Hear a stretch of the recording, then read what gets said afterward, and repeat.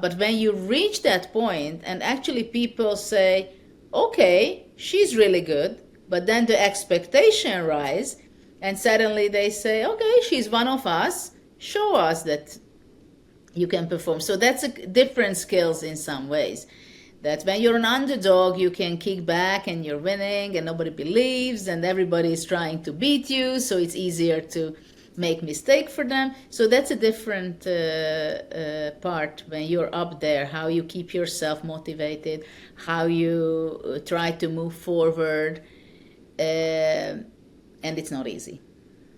So I found it fascinating in the build-up of the many matches you had against Kasparov, and he's a very, at least his chess game face and his demeanor when I watched the documentary, walking to the chessboard, you were already there, and it was fascinating, as your relationship evolved with Kasparov. You were invited, or you went to his home, I believe it was in Croatia, and he was actually laughing, smiling. I never saw him laughing or smiling in a competition, but you actually went to his home with your husband and you, I guess, learned from him or had some free time with him and going to the beach. Can you tell us a little bit about that experience? Because I found it fascinating.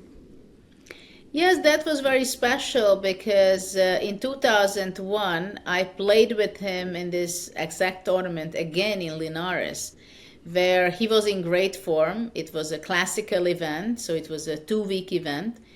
And I was playing with the white pieces and also with the black pieces, so we played 2 games. And both of the games were extremely interesting.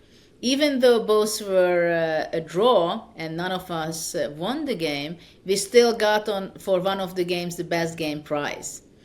So I think that made him understand that I'm really good and it's not by chance anymore. And I gained respect from him.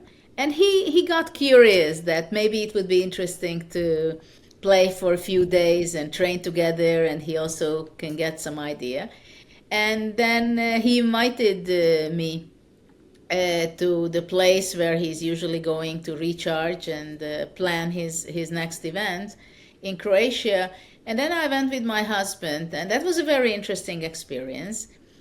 And actually, it was part of the road that I was able to beat him, I think. Because, when you see a goat from distance, you see someone who is excellent, sharp, perfect, really so amazing in that field.